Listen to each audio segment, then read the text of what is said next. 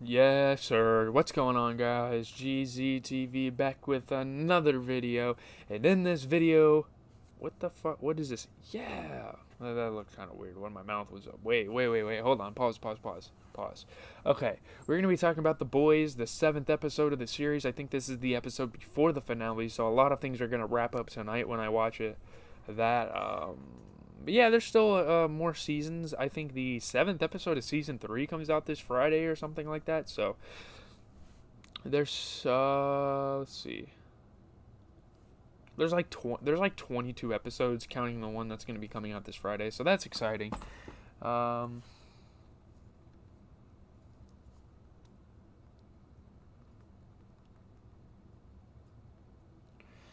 Cousin was asking me if we're gonna go see the Minions movie. I'm down, dude.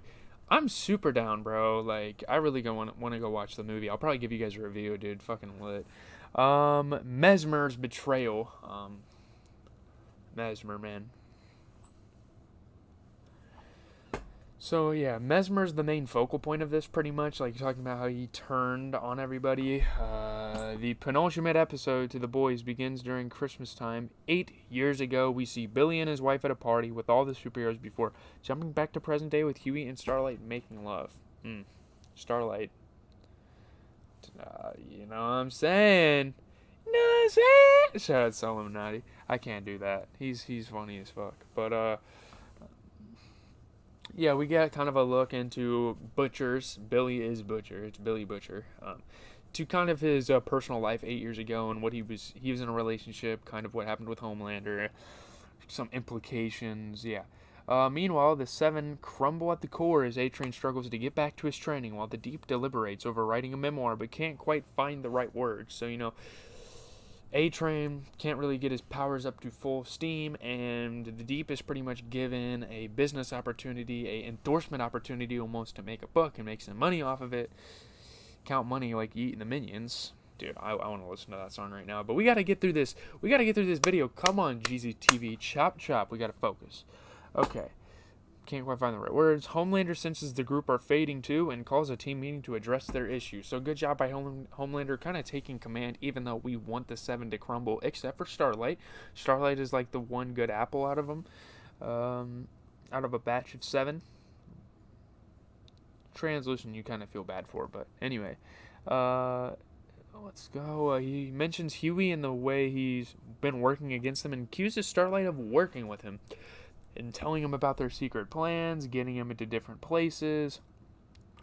So yeah, Starlight is kind of in big trouble because she's associated with a villain of this 7, and it's not good. She might be tampering with some stuff. I don't know. Huey is cold feet soon after and doesn't want to go ahead with Butcher's plan. Like, he's getting kind of nervous. He's like, look, I've been doing a lot of things. I've been doing stuff I never envisioned myself doing with you. And, man, crazy. Angry, Butcher lays into Huey, but our protagonist bites back and hits him with a few home truths. So, Huey used to be a really nice guy, and now he's really brash, and he stands up for himself, and I really respect him for that.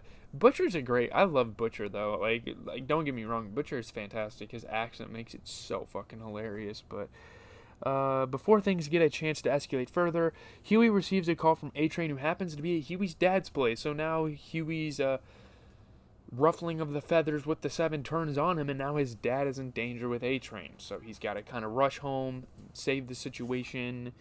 Yeah. Mesmer's betrayal has caused serious problems for the entire group. Mesmer has really ruffled some feathers as well. Yes, definitely has caused some problems with them. Thought they could trust him, but who can trust a mind reader? I don't know. Their access has been frozen. Mother's milk scrambles to get his family to safety, and the others panic over what to do next. So everyone's kind of getting their families together because they're like, they got to be honest. Like, their families probably don't want them to be up to these mischievous actions, and they're like, oh, I thought you were done with Butcher. I thought you weren't associated with bad shit like this. I thought you were a good person type thing from their families, but like they're in danger. Like, they're associated with the 7. They got the 7 has their sights set on them. It's not a good situation for guys like guys like Mother's Milk and guys like Huey. Frenchie and Butcher, I think, are alright because they've kind of been together, but the other two, it's not so good. With his hands tied, Huey shows up at his father's and confronts A-Train. So he tells the super about the Compound V, and they talk together, trying to come up with terms of an agreement together, trying to compromise. Look, I'm not going to kill you if you do so-and-so. If you do blah, blah, blah. That sounded wrong, but doing blah, blah, blah is what we're going to say. So A-Train has the power to kill anyone he fucking wants at any given moment. He's too quick for anyone to catch him, but yeah. That is, until Kimiko smacks him with an iron pipe in the back of the leg with such force that the man's bone rips through his skin and hangs out, stifling his threat for now. So yeah, A-Train's pretty much fucking done. I mean, that was very savage. Kimiko making a very heroic gesture, helping Huey out. Did you really think I came alone type thing?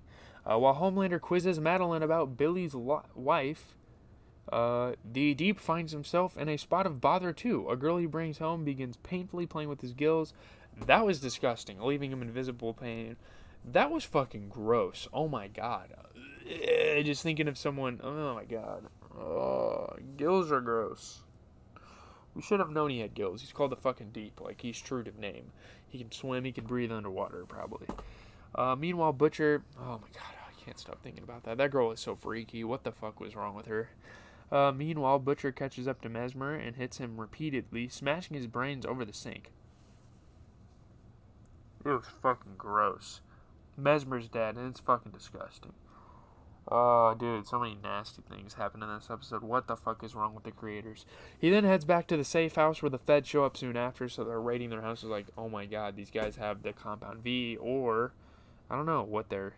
Butchers reluctantly agreed to the deal, with the exception around Homelander being served on a plate. Raynor takes what she has straight to Madeline and tells her their super operation is about to unravel. So Raynor's pretty much planning to cancel the 7 and be like, look, I got you guys right where I want you, and you're screwed because you've been using a compound on babies for years. However, they learn of a bigger threat on the horizon, a soup terrorist that has the ability to blow at will. So we have a new character kind of being introduced in the story. So yeah. Homelander himself catches up with his past soon after, discussing things with one of the scientists who tells him more about his upbringing. So Homelander's always... He's called Homelander. He's like close to home. He wants to learn more about himself, kind of. He's a really curious guy. He was created in a laboratory too, and as we witness flashes of his past, we see he was alone, which would explain his bitterness and cold anger, kind of the hero origin story, getting more insight on Homelander, that sort of thing. The episode then ends with Huey telling Starlight the truth about her origin before Butcher appears and shoots her in the chest. Butcher, I don't know why the fuck you shot Starlight. I wasn't a fan of it, but I think she's a superhero, so she might be good. I don't know. So Huey's like, no, it's not really as you seem. You didn't have God-given powers. You've been lied to about that too. The increased urgency and pacing to this episode really typifies how far we've come in Amazon Prime's latest superhero show. The way The Boys tackles its characters is really the best part about the show, and seeing more of Homelander's past is certainly a smart move, something we needed more on. The complete 180 turn with the Deep is really impressive too, especially given what his character was like early on, not being as important of a role. In a way, he actually typifies exactly what Aquaman would be like with those abilities, and seeing him come to terms with how alone he really is over the series has been really well written across the series. Like, he's one of those superheroes that, yeah, he's famous, yeah, people like him, but he's really alone deep down, you know? Although we haven't seen a whole lot of Starlight's powers up until this point, the foundation is now laid for an explosive finale to follow as our characters prepare for the final fight to come. We continue to prepare for this fight, and it's finally going to be here tonight when I watch that episode. My god, I'm